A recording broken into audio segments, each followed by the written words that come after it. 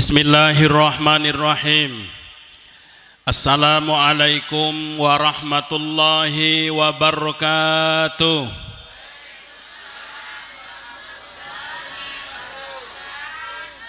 Alhamdulillahillazi ahallan nikaha wa nadaba ilaihi wa harrama sifaha wa wa'ada alaihi.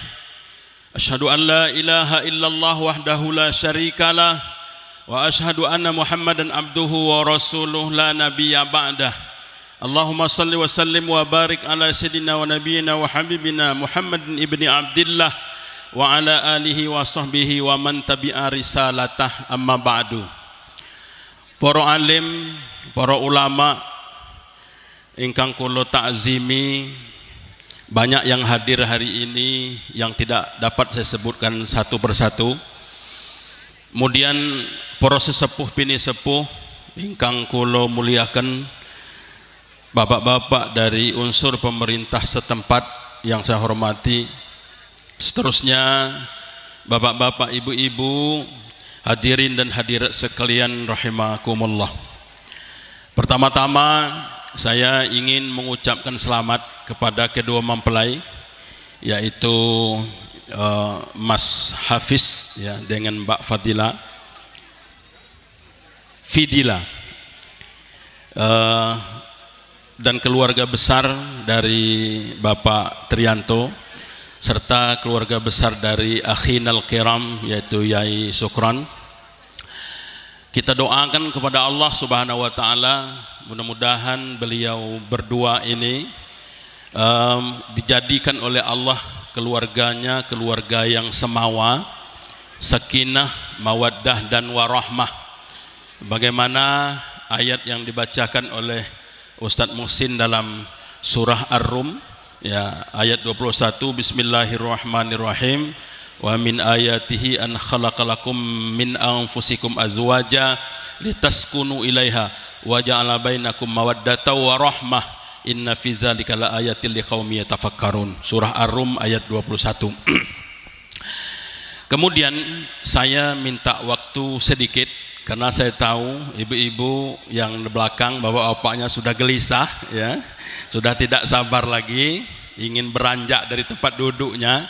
Cuma saya ingin menyampaikan amanah yang diamanahkan kepada saya untuk sedikit memberikan nasihat ya, tausiah atau nasihat perkawinan untuk adinda berdua ini.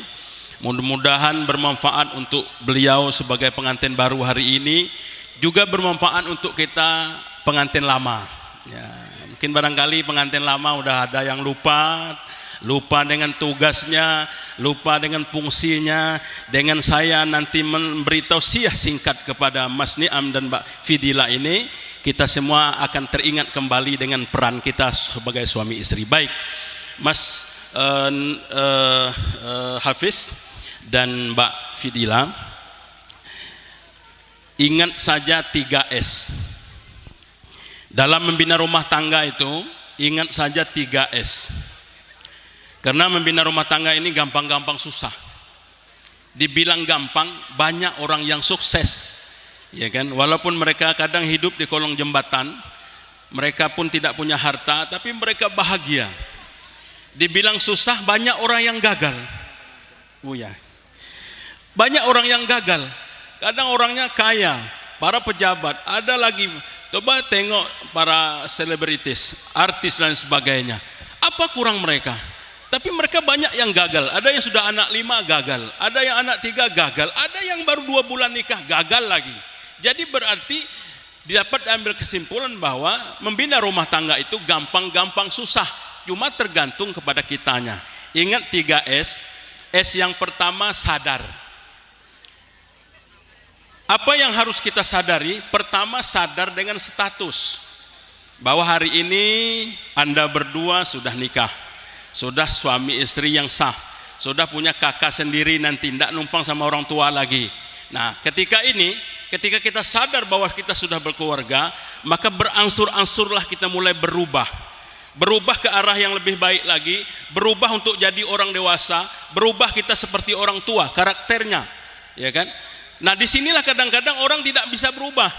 Kadang udah nikah masih seperti orang masih bujangan dulu. Ada juga yang anak 5 ngaku bujangan juga. Statusnya udah punya suami, punya istri, tapi juga tidak ada perubahan. Maka ini momentum yang paling baik bagi kita untuk bisa berubah ke arah yang lebih baik lagi. Ini yang pertama, sadar dengan status. Yang kedua, sadar dengan tugas. Kalau masih bujangan dulu, Mas Hafiz dengan Mbak Fidila itu mau kerja, mau apa, tidak ada beban. Tapi hari ini sudah punya tanggung jawab, sudah punya tugas. Maka kebiasaan-kebiasaan masih bujangan dulu, kebiasaan masih gadis dulu, ya udah tinggalkan, kuburkan bersama masa lalu. Sekarang berubah karena sudah ada punya tanggung jawab. Apa tugas kita sang suami? Ditanya sama Muawiyah, sahabat Rasulullah, kepada Rasulullah, "Hai Rasulullah, apa tugas kami yang lanang ini, yang laki-laki sebagai suami?" Kata Rasulullah, "Antu ta'imaha iza ta'imta, antaksuha iza kasaita," ila akhir hadis. Kata Rasulullah, kau beri istrimu makan. Kau beri istrimu makan kalau engkau sendiri yang makan. Kau beri istrimu pakaian kalau engkau sendiri berpakaian. Dan bangunkan tempat tinggalnya. Serta ujung-ujung yang banyak lagi. Jadi tugas kita sebagai suami yang pertama menyangkut masalah pangan. Maka kita jangan abaikan waktu, jangan habis duduk di warung aja, main domino, main apa dan sebagainya, sehingga belanja di rumah tidak ada. Ya kan, karena kelayan kita seperti itu. Kemudian masalah sandang, masalah papan, tempat tinggal dan sebagainya. Tapi yang lebih penting Mas Hafiz adalah tanggung jawab. Kita rasa tanggung jawab, ya kan? Masalahnya seorang istri itu diamanahkan oleh Allah kepada kita. Orang tuanya menitipkan dengan kita, maka kita harus tanggung jawab. Kemudian perhatian, ini yang lebih penting. Ibu-ibu pasti mengharapkan perhatian. Kadang-kadang kami yang laki-laki ini biasanya di awal-awal betul-betul ada perhatian. Tapi setelah berjalan seiring waktu mulai perhatian mulai berkurang dan lain sebagainya. Ini sebetulnya dituntut dari awal sampai akhir dalam rangka bagaimana rumah tangga kita bisa kekal dan abadi sampai akhir hayat, sampai maut yang memisahkan kita. Begitu pula yang perempuan. Dulu tidak ada beban ketika masih gadis, tapi setelah berkeluarga ada yang diurus, maka uruslah suami dengan baik. Bagaimana bisa menjadi istri yang menjadi kebanggaan suami, bagaimana menjadi istri terbaik dalam pandangan suami. Maka oleh karena itu, ya kan, contohi kehidupan rumah tangga Rasulullah, contohi kehidupan rumah tangga para sahabat-sahabat Rasulullah. Banyak-banyak membaca buku sejarah tentang mereka itu, nanti bisa kita terapkan di rumah tangga kita masing-masing. Ini yang pertama, S yang pertama, sadar dengan tugas, sadar dengan status. Kemudian yang kedua adalah sabar. S yang kedua, sabar. Membina rumah tangga banyak ujian bapak-bapak, ibu-ibu. Kadang-kadang yang mengaramkan, ya, yang biasanya yang mengaramkan kapal besar, itu bukan gelombang besar. Kadang gelombang yang kecil yang bisa menyebabkan karamnya kapal itu. Artinya apa? Ada masalah yang sepele, jangan dianggap sepele. Kadang-kadang masalah yang kecil itu yang menyebabkan retaknya rumah tangga. Bisa bubar gara-gara masalah yang kecil. Maka oleh karena itu ujian dalam rumah tangga itu banyak. Maka harus banyak bersabar. Bersabar menghadapi kekurangan pasangan masing-masing. Bersabar menghadapi kesulitan dalam ekonomi. Bersabar dalam kita menjalankan tugas kita. Bersabar dalam kita menjalankan tugas kepada Allah Subhanahu wa taala untuk menegakkan syariat Islam di rumah kita. Itu juga termasuk kunci bagaimana rumah tangga itu bisa barokah, yaitu dengan menjalankan syariat Islam, salat, apalagi ini sudah mau bulan Ramadan, ya kan? Puasa, suami istri rajin puasa agar nanti dengan punya keturunan anak-anaknya mudah diatur. Ini sekarang susah nyuruh anak salat. Nak, salat nak. Orang tuanya nyuruh sholat, sementara orang tuanya sendiri tidak sholat, ya bagaimana? Ya kan? Nah, puasa anak disuruh puasa, sementara ayah dan ibunya tidak puasa. Gimana kita mau punya keturunan yang saleh dan salehah sementara tidak diawali, tidak dimulai dari kita? Nah, kemudian ini yang S yang kedua, sabar dalam segala hal, karena innallaha ma'as sabirin. Sungguhnya Allah itu beserta orang-orang yang sabar. Orang yang sabarlah biasanya yang akan sukses pada akhirnya nanti. Orang yang sabarlah pada akhirnya nanti akan mendapatkan kemenangan. Orang yang sabar itulah pada akhirnya nanti orang yang akan sukses, akan berhasil. Biasanya orang gagal orang yang tidak sabar. Karena tidak sabar, dah tahu kekurangan masing-masing, lari. Nah, lari dari tanggung jawab, lari dari masalah. maka akhirnya kacau rumah tangganya. Dua, S yang ketiga adalah sayang. Nah, cinta bisa berubah, cinta bisa luntur, cinta bisa berakhir. Bahkan orang sama sekali tidak punya rasa cinta lagi. Tapi kalau kasih sayang akan tetap bertahan.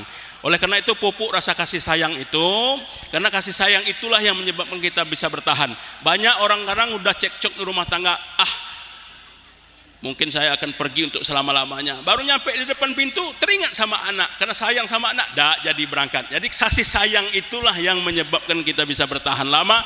Maka pupuklah kasih sayang itu, ya, jangan sampai nanti kita kehabisan kasih sayang. Ini yang menyebabkan berakhirnya rumah tangga.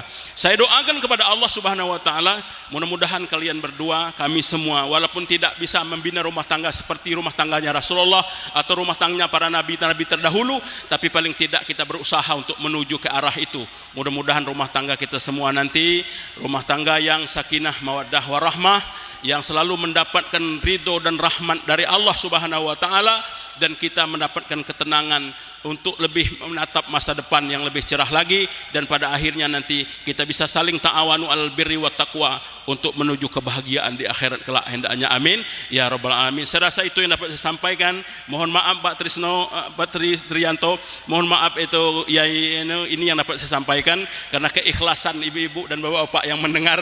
Jadi demikian, wabillahi taufik. Wassalamualaikum warahmatullahi wabarakatuh.